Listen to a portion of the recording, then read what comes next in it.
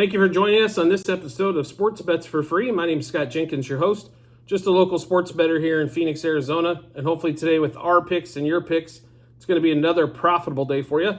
Thursday night football, week 13 for the NFL. Cowboys, Seahawks, right around Cowboys 8.5 to 9.5 point favorite, 47.5 total. Just so you really need to shop on this one, as this has been one of the few lines I think that's kind of been all over the board. And I think the main reason is nobody can really get a beat on what the Seahawks team is. Let me tell you what they are. Not good. They will beat up on the piss poor teams of the NFL, and they will have their moments like they did against the Lions. They got extremely lucky early on in the season. But Geno Smith is not a good quarterback, and when you're not a good quarterback, bad things tend to happen to your team. Their defense has improved quite a bit from last year. Their offense has went the opposite direction, though. It hasn't improved. It's gotten worse. It's shown up on the scoreboard. Geno can't get out of his own way. They have DK Metcalf, who they're absolutely wasting. I don't know why they re-signed him and didn't figure out try to get a trade partner on somebody that can use a talent like DK Metcalf. Being a Chiefs fan, we'd love to see DK. So we'll get into this game, the bets that we have for this game, what's going on there. So we do like the Cowboys. I know what the Cowboys are. The Cowboys beat up on teams that they should beat up on. And their home field advantage is almost 2 years winning streak at home. They don't lose at home. They're not going to lose at home on a Thursday night. They've had I think that they've had them and the Seahawks have both had a full week because they both played on Thanksgiving Day or Thanksgiving night, depending on which one it was. But I'm just telling you right now, the Seahawks, first of all, on the road they definitely don't put up the numbers that they do at home, like most teams, understandable. But the Cowboys have one thing, and McCarthy had this in Green Bay. Home field advantage is huge for them. They seem to dominate at home, and they dominate the bad teams. The losses they've had have been where? On the road, right? They lost at the Cardinals, which is embarrassing. Should have never lost that game. Game kind of got away from them. You tell that you weren't necessarily prepared as well as they should have. They took the Cardinals lightly, that they were going to be the worst team in the league. And I'm not saying the Cardinals aren't, but they're definitely one of them. They lost to, Philly? In a game they probably should have won, stepping out of bounds, a quarter yard short, maybe a foot short on the goal line. There was a lot of things in that particular game, and Philly seems to win a lot of those close games. I swear they're the Vikings of last year a lot of times. No shame in losing that particular matchup. They come off a game where it was pretty easy going for them. The Seahawks come off playing the 49ers, and the 49ers and the Ravens, to me, are very similar in the fact that if they don't turn the ball over, it's extremely hard to beat. But the other thing that those two teams do is that following week seems to be like they just got out physical. They're banged up. They're hurt. Everybody on the team's just a little bit slower, it seems like, or maybe got more pains than they normally do in a strictly NFL week. Therefore, we like the Cowboys taking advantage of that. Cowboys minus 2.5 first quarter, minus 5.5 first half, and minus 8.5 for the game are the plays we made on that one. Cowboys over 27.5 team total. And I tell you this, we will probably go back and we will make a wager, I'm sure, on the first half team totals. We do like the Cowboys in the first half as well. Geno Smith, if you do watch our show, interception was one of the prop bet of the days. DK Metcalf under 59.5 receiving yards. CeeDee Lamb over 84.5 receiving yards. DK Metcalf under 21.5 yards longest reception. DK Metcalf under 4.5 receptions. Seahawks under the 18.5 team total. DK Metcalf, I'm sorry. We already went over the DK Metcalf for that under receptions. Dak Prescott over 276.5 pass yards. CeeDee Lamb over 6.5 receptions. Micah Parsons over 3/4 of a sack, so a full sack for Micah. Boye Mafe over a quarter of a sack. First time he missed it was last week. It'd been a while, but he has plus 160 for half a sack, and we think Boye Mafe, even though that line is very good for the Cowboys compared to most of the league, even though I think offensive line plays down league-wide, we think Mafe can get in there for a quarter of a sack. Jake Ferguson, who we put out today for prop bet of the day, over 3.5 receptions. Dak Prescott over 24.5 completions. Tony Pollard under 3.5 receptions, and Tony Pollard under 15.5 rush attempts. Now, I still think Pollard can get some yards, but I think what the Cowboys are kind of figuring out here, Pollard is one of the probably the best back in the league when he is not the feature back. When he's the change of pace back, he's the second guy that comes in, but he's not the hammer that like Zeke was. Zeke was putting up horrible stats. There was no reason to keep him. I'm not going to disagree with that decision whatsoever. Thought they should have brought in maybe another hammer, but when you already spend $10+ million by franchise tagging Pollard, hard to do that. Hard to spend that kind of money in the running back room. So I understand, but I would use Pollard maybe a little bit more third down, stuff like that. But normally they're trying to keep his touches down. So 15 to 18 touches. You know, if we're looking at these numbers, we're fine at 18 touches with 15 rush attempts and 3 catches. That's 18 touches for the game, and we still cash both bets.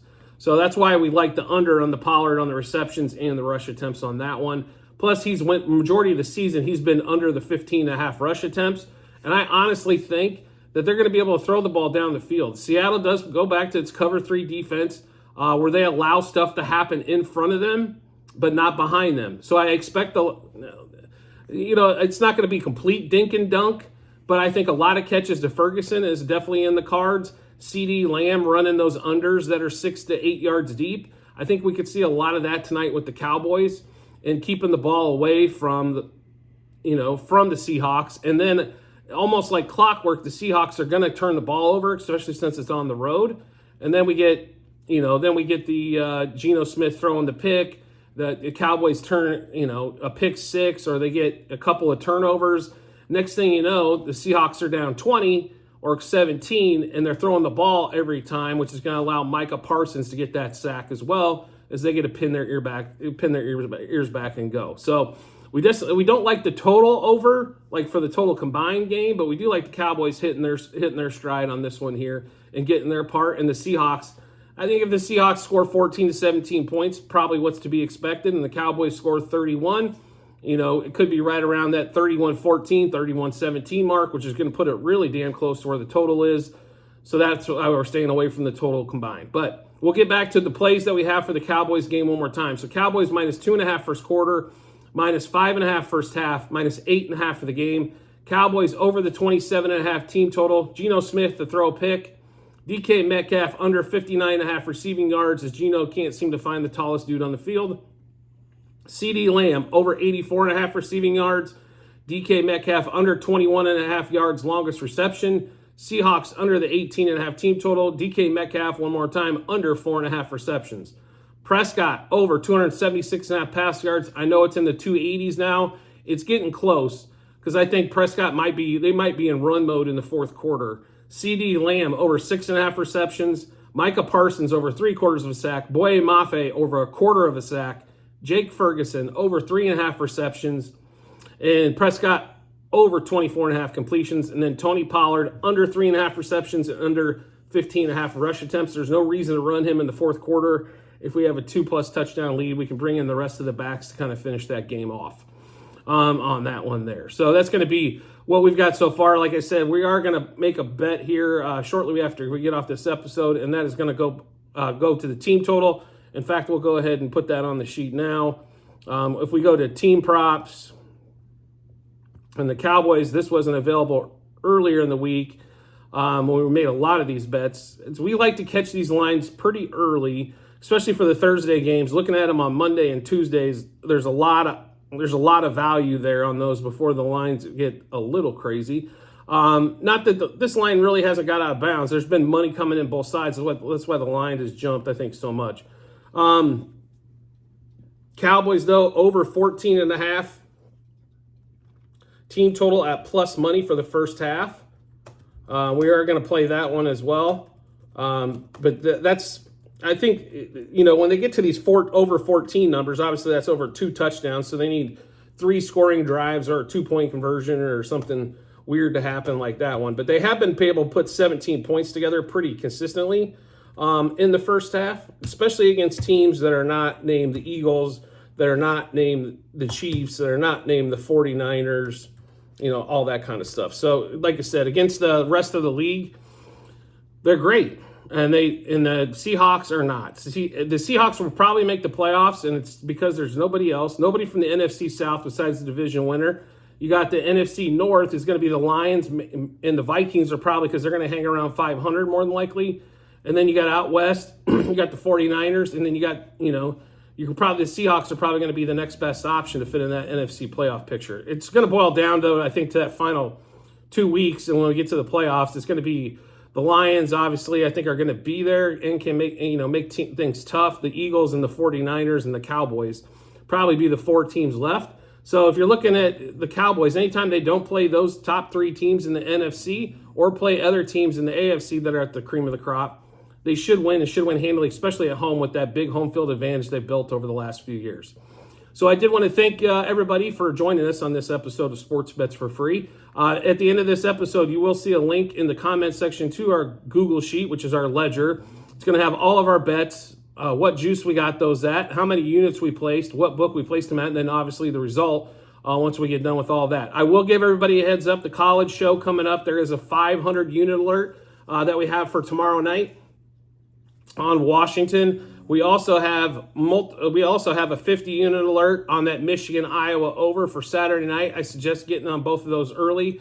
I don't think we're going to see Washington go to 10, as that is a key number, and there's been a lot of pushback at that number. So the Iowa, though, over, I think there will be a lot of that will be keep slanted towards the over in that particular one. So just want to give everybody a heads up before we get there. So make sure you do check those out as well. You'll be able to see all the football bets all season long. You can also look at basketball if you're into basketball betting as well. I will tell you, though, in my personal opinion, right, if you are a football bettor and you like betting on sports, the 2 easier sports to bet on are actually going to be basketball and baseball.